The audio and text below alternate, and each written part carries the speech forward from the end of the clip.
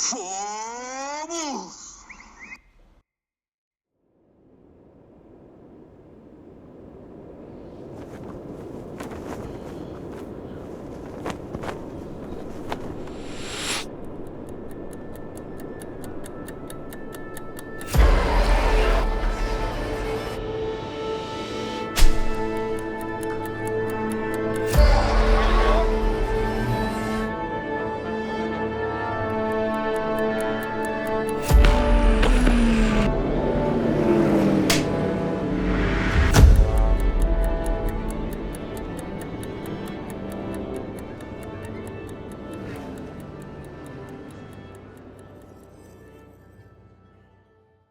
A Stock Car, de fato, começou em 75, quando eu comprei um Opala e montamos uma equipe.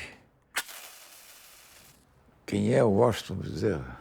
Um velho que vai fazer 82 anos, cheira a gasolina desde 14 anos de idade. Em 79, nós nos reunimos e fizemos uma corrida de Opala. Não chamava Stock Car, era Opala. Assim começou a Stock Car.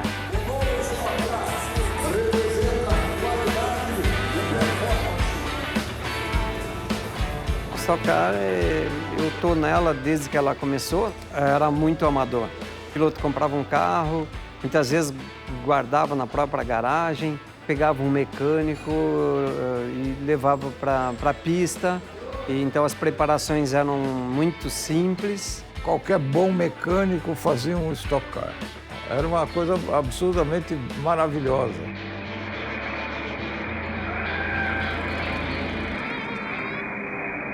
O Opala é um ícone da indústria automobilística, né?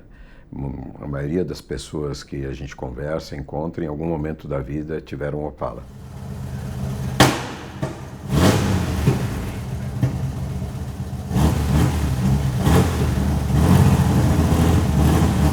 Carro de corrida era tipo Fórmula. E de repente eu vi um Opala, né? E eu achei estranho, mas depois foi que eu entendi o que é corrida de carro de turismo. Ele começou a ser usado nas competições pelo motor forte que ele tinha, os 6 cilindros, 400. Era uma categoria boa e barata. Você não podia fazer muita coisa, o motor era praticamente original. Suspensão, etc. Você só podia mudar mola, amortecedor. Ele era um carro que era fácil de acertar porque você não tinha muito o que fazer. Tirando o motor que a gente aumentava a potência, o resto ele era muito parecido com o Stock Car de rua mesmo. Só tirava amortecedor, mola e o motor que era um pouco mais forte. A gente tirava 350, 360 cavalos desses motores, né? No circuito antigo de Interlagos, no retão oposto lá, a gente chegava em torno de 250 km por hora. Naquela época era uma competição entre a gente, donos de equipe, preparadores e chefe de equipe. Não tinha engenheiro, essas coisas, não existia, entendeu? Não. Eram nós com os mecânicos. E tinha mecânico que era melhor que engenheiro. Desde quando eu cheguei no kart, tá, a minha vida era trabalhar com carro, trabalhar com graxa, sentir o cheiro da gasolina, do óleo, né? Então, era o que eu queria para a minha vida. Você quer estar ali no meio, mexendo, quer estar na corrida. Então, a adrenalina, ela chegou, pegou você como se fosse um vírus. Te atacou ali, sabe? Você não consegue largar mais. É um vício, com certeza. Velocidade é um vício. É pior do que ser viciado em cocaína. Vai por mim. A gasolina entra no teu sangue e fica. Eu escuto um barulho de corrida, eu vou ver.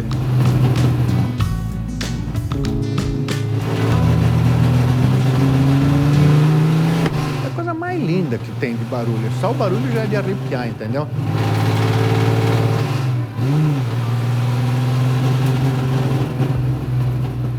Quando eu voltei para o Brasil, eu estava financeiramente quebrado e psicologicamente arrasado, porque eu percebi que o meu sonho, ser piloto internacional, estava se encerrando ali.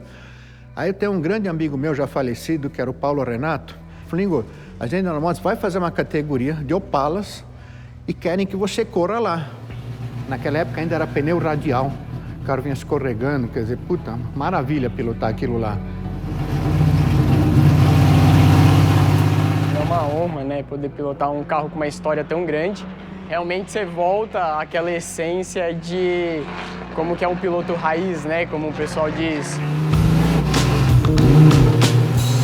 É um carro que o piloto tem que ter muita sensibilidade, tanto para não estragar o carro, né? Porque você vê que se você reduzir no tempo errado, o câmbio já dá uma sentida, ou se você força muito o freio tende já a baixar, então você tem que ser rápido e ao mesmo tempo sem judiar do carro. É uma coisa que não era fácil na época, não.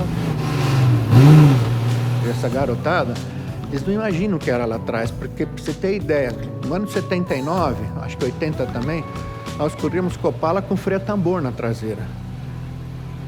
Mais um pouquinho, no final da corrida, a alavanca de freio montava aqui em cima, não tinha mais o que puxar e o carro não tinha mais freio. Você tinha que vir bombando o pedal do freio com o pé esquerdo para levantar o pedal, para chegar na curva, frear o carro. Realmente, você se sentia muito mais exposto ali, eu sentado no banco, vendo toda aquela parte com 2 tubos de Santo Antônio passando em cada lado e, querendo ou não, já tinha potência na época, né? Depois de X anos começou a liberar amortecedores importados, então o carro foi evoluindo, entendeu?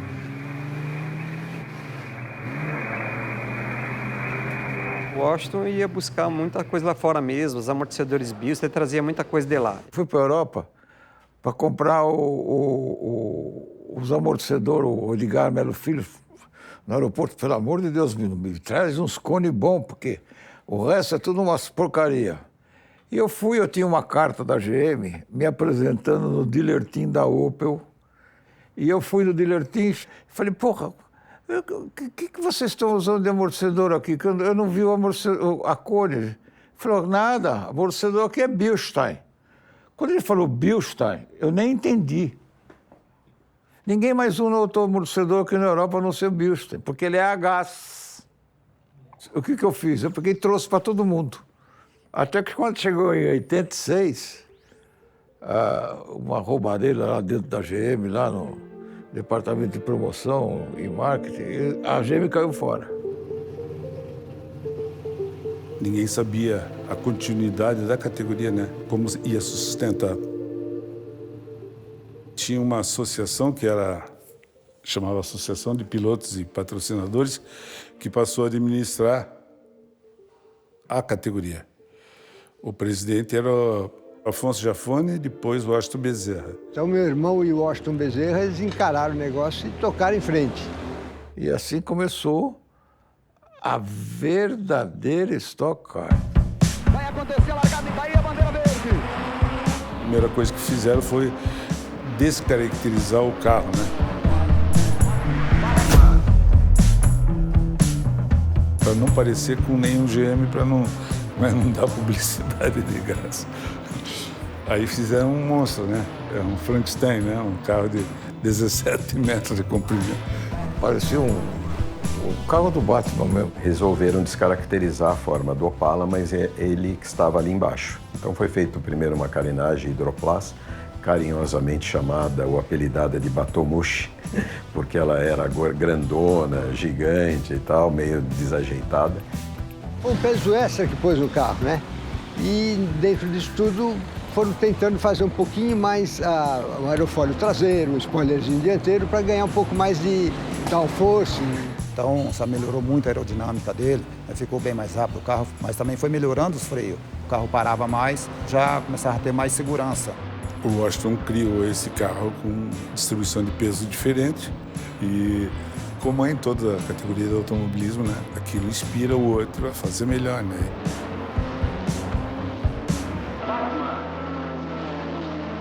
Logo depois eu mudei de novo para um carro parecido com o NASCAR.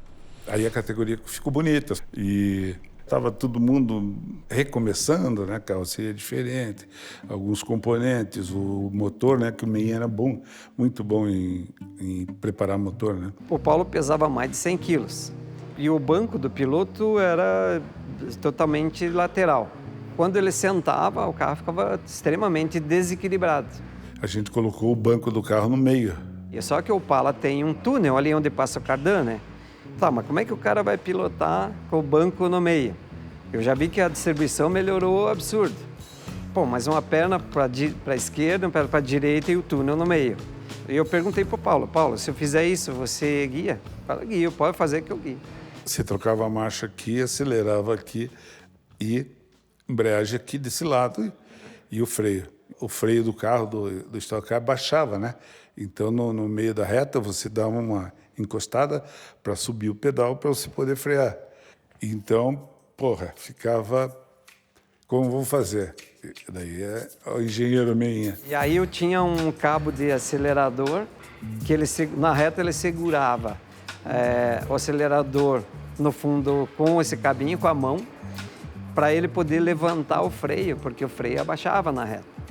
E ele poder chegar lá e sentir que o freio estava na mão. E ele conseguia fazer isso. Só que o troço ficou tão bom que conseguia ir acelerando até o fim. Então não tinha nem aquele tempo de tirar o pé do acelerador e pôr no freio. Era tchum-tchum. Eu já estava acelerado. Era muito eficiente.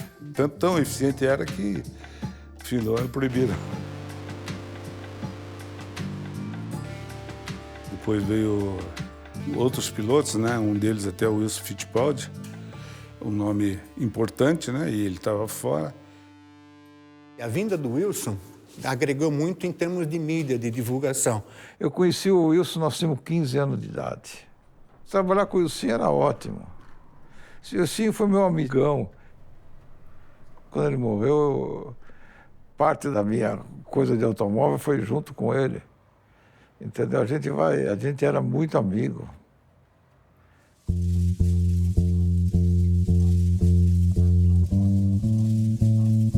Primeira memória com carros, eu acho que foi na época que a gente morava na Europa, especificamente na Suíça, e eu ganhei um carrinho de plástico que não tinha motor, não tinha nada, acho que era até um carrinho de pedal. Nem lembro se foi do meu pai ou do meu tio, porque a gente morava todo mundo junto. Eu acho que por causa da correria lá da equipe de Fórmula 1.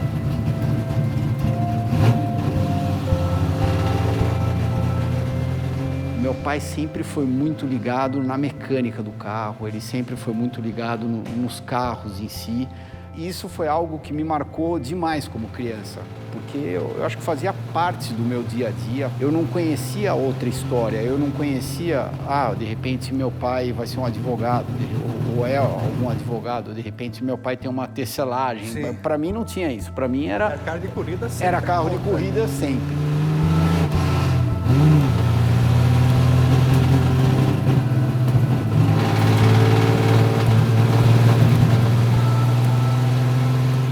Os grandes ídolos eram o Wilson, o Tigrão, pai do Christian, e o Emerson.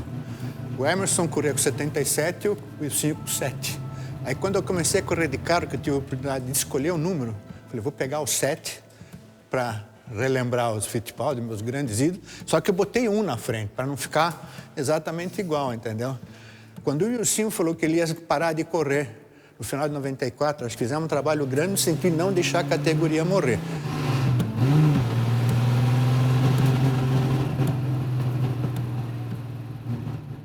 Foram 2 ou 3 anos difíceis. Quem assumiu a presidência da associação foi o Carlos Coll. Quando todo mundo está perto do precipício, todo mundo se une. Todos precisavam da mesma coisa e trabalharam em prol de um bem comum. E o Carlos Coll entrou no assunto, conseguiu pegar um pouco de verba da GM. Quando a GM voltou, ela queria trocar o Opala, porque não fabricavam mais, e aí entrou o Ômega.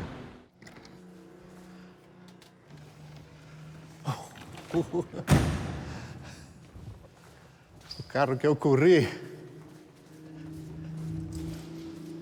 Caramba!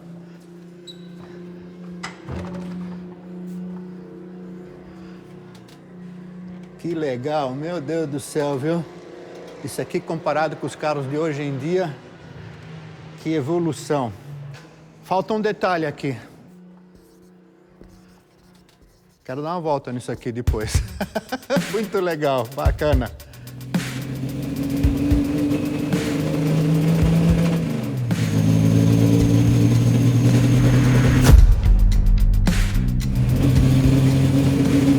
Era melhor. Era um carro que ele tinha um freio melhor, aerodinâmica melhor, mecanicamente era mais forte.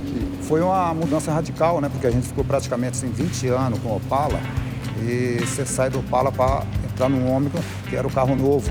Esse carro foi montado dentro do departamento de estilo da GM. Mas o diferencial era o mesmo, o motor era o mesmo, uma série de coisas era a mesma. Toda a suspensão do Opala nós pusemos no Ômega. Os amortecedores, as molas, tudo nós pusemos no Ômega. E ficou melhor, porque o Ômega, a traseira era independente, né? Não era um eixo rígido. O Ômega eu senti, realmente, ele tem uma estabilidade melhor, mas ao mesmo tempo tem um pneu maior também, né? Até que na época eu andava com os pneus slicks. Não só evoluiu em termos de carroceria, conceito de carro mais moderno, do Opala para o Ômega, mas muitas coisas ali na preparação evoluíram também.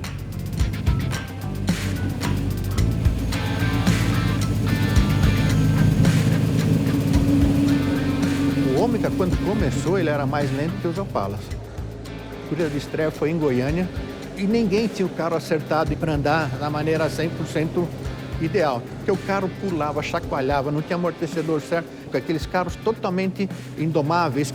Aí, no decorrer do tempo, a gente foi acertando mola, amortecedor, acertando o conjunto inteiro. Esse carro foi ser campeão porque eu estava numa equipe muito, muito boa, que era a Action Power, do Paulo de Tarso, e o preparador era o Meinha, que até hoje é o bicho-papão da categoria, né? E a melhor equipe é Eurofarma Meinha! O Ingo teve uma passagem vitoriosa, é o maior vitorioso, né, da Stock Car. Sempre foi um piloto muito arrojado, muito bom na chuva. Ele sentava no carro, ele já sabia o que ele ia fazer, como acertar o carro. Ele desenhava a pista e falava, eu vou passar o fulano ali e o cicrano, vou passar ali. Era como se fosse uma novela. Ia lá e fazia certinho. Ele casava com o carro muito rápido. Esse termo casar com o carro é um termo antigo, né? Vestir o carro, porque o piloto e a máquina precisam se unir e ser uma coisa só para poder ser rápido.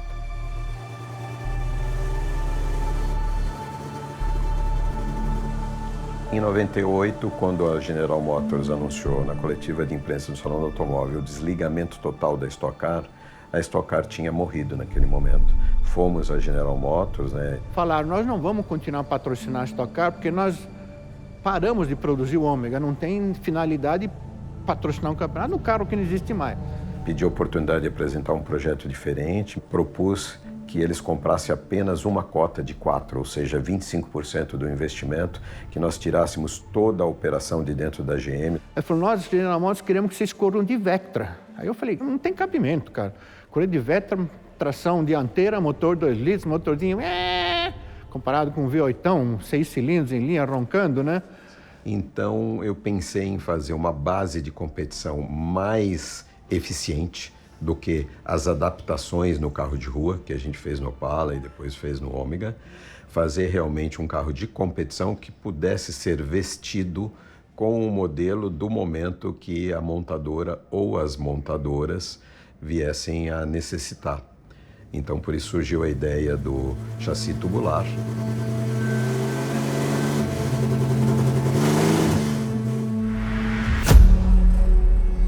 Eu e a Afonso fomos almoçar. Falei, pô, por que a gente não faz uma gaiola igual da NASCAR? Aí Afonso falou, porra, puta ideia. Falei, Afonso, eu não quero que me intitule o dono de tudo.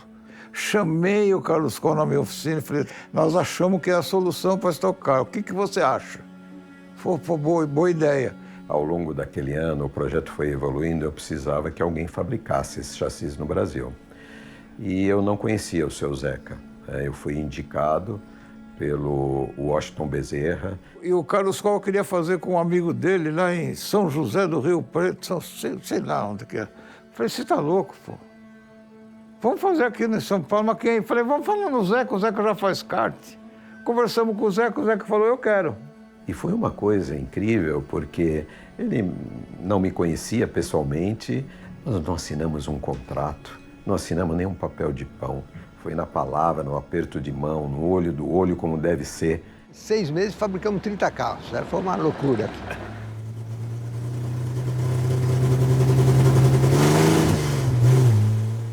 A gente fez, no final de março, se não me falha a memória, a primeira corrida. O Cole queria fazer uma coisa um pouco mais segura e ele também queria fazer uma coisa mais rápida.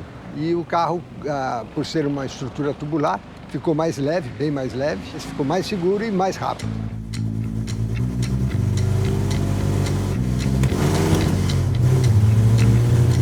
Realmente tirar o chapéu para os caras que tiveram toda essa evolução dos carros, que foi uma diferença gritante. Assim, eu acredito que deve ter mudado em tempo aí coisa de 20 segundos de performance de um carro inicial até o primeiro tubular. Quem trabalha com automobilismo, seja piloto, seja preparador, mecânico, vai para a pista, você quer virar tempo. Tempo é o tempo, não tem como você, né? Não dá para lutar contra ele, né? A gente ainda optou por usar o motor 6 cilindros. No começo era um motor de 350, 400 cavalos, aí mudou para 500, aí o Zeca foi fazendo as modificações necessárias para andar mais rápido. Eles pegaram esses motores, importaram, construíram o carro para pôr o V8 e foi a ideia do Aston com o Zeca. Fomos procurar esses motores, fornecedores no Texas, que tinha lá os motores V8 e o seu Zeca Giafone, a família Giafone, é que importaram esses motores e que foram grandes viabilizadores desse passo. Isso aí foi um negócio muito legal, porque o barulho era gostoso, era um carro muito gostoso, ficou um carro legal. Então, para mim, o maior prazer foi esse daí, na entrada do V8. A primeira geração dos carros tubulares é uma tocada de carro de corrida, né? É um carro que aproxima mais, é um carro que você consegue ter uma mínima mais rápida. A grande mudança do Stock Car foi para a gaiola. Suspensão independente, um carro muito mais leve. Qualquer carenagem que você quiser colocar naquele carro, ela suporta. Depois da gaiola, ficou muito mais seguro. Perdemos 2 vidas na Stock Car, né? E com o meu chassi que eu fabriquei. Isso aí me desceu muito torto, né? Foi uma coisa muito chata, desagradável. Agora, em contrapartida, teve outras batidas que ele ajudou. O Chico ficou apavorado, a CBA ficou apavorada, vieram com o negócio para cortar o tubo. Não precisava ter cortado nada. Era só com calma tirar o Chico pelo outro lado do carro. 2 semanas depois teve corrida, o Chico estava com um carro novo para correr. Quando nós fizemos um novo projeto em 2009, demos passos bem grandes também nessa direção da segurança. Melhorou bem de velocidade de curva, né? Ele ficou bem mais rápido de curva, ficou um carro mais fácil de guiar e mais seguro, com certeza mais seguro.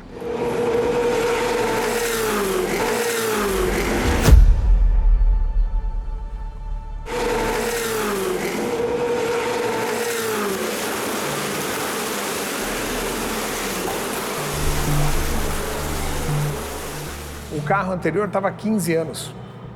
Aí nós dissemos o seguinte: primeiro, temos que ajudar as montadoras a vender carro. Nós temos que mostrar que a tecnologia sobrepõe tudo aquilo que era bruto. O Lincoln tem uma visão muito para frente, né? Então, assim, ele me chamou em 21 e falou assim: esse carro já está defasado. Eu falei: realmente está defasado. A gente precisa de um projeto novo. Precisamos trazer o que existe melhor do mundo. E eu quero aqui no Brasil. Ele chegou na mesa assim e falou assim: 6 segundos mais rápido. A gente quase caiu de costa, né? Não é fácil fazer um carro tão rápido assim. Você tem que ter uma meta, né? E quando eu conversei com várias pessoas, o pessoal me disse o seguinte: olha, esse carro, ele no máximo vai ficar 4,5 segundos. Eu falei: bom, vamos colocar um pouquinho mais ali e eles ainda vão se esforçar ainda mais. 1,5 segundos. Nós estamos indo com um carro 200 quilos mais leve. Até o ano passado pesava 1.400 quilos. Esse carro é um carro com muito mais aerodinâmica, é um motor 2.0, turbo. O pessoal vai ter que aprender a andar com um carro turbo também. A progressão de pedal de acelerador é totalmente diferente do V8. O motor V8, que é maravilhoso o som. né? Mas no conceito da gente falar que tem um motor 4 cilindros tão potente quanto e que ele segue utilizando tecnologia para poder se desenvolver, foi esse o nosso sonho, que foi desenhado há 4 anos atrás, que agora virou realidade.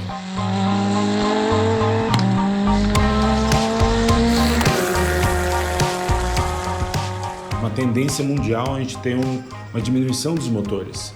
Então a gente tinha que ir para um motor menor e tínhamos que ir com um motor compatível com o mercado também, né? Você não vê um V8 dentro dos carros normalmente.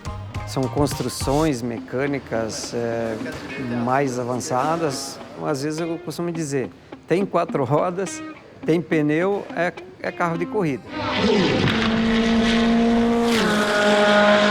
A Stock Car, ela adotou um caminho, principalmente nessa temporada, para tentar deixar a categoria, de uma maneira geral, o mais equilibrado possível. Nós vamos buscar coisas novas, tecnologias novas, desenvolver parceiros para fazer cada vez o carro ser mais nacional. A Stock Car hoje é uma das principais categorias do mundo e a principal no Brasil.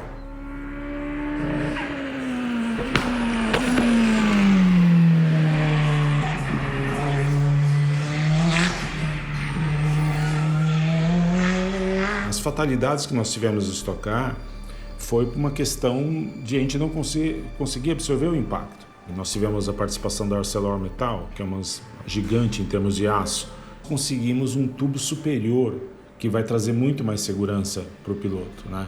Hoje o carro tem muito mais tecnologia, né? É um carro com os tubos muito mais resistentes, né? Então você se sente mais seguro.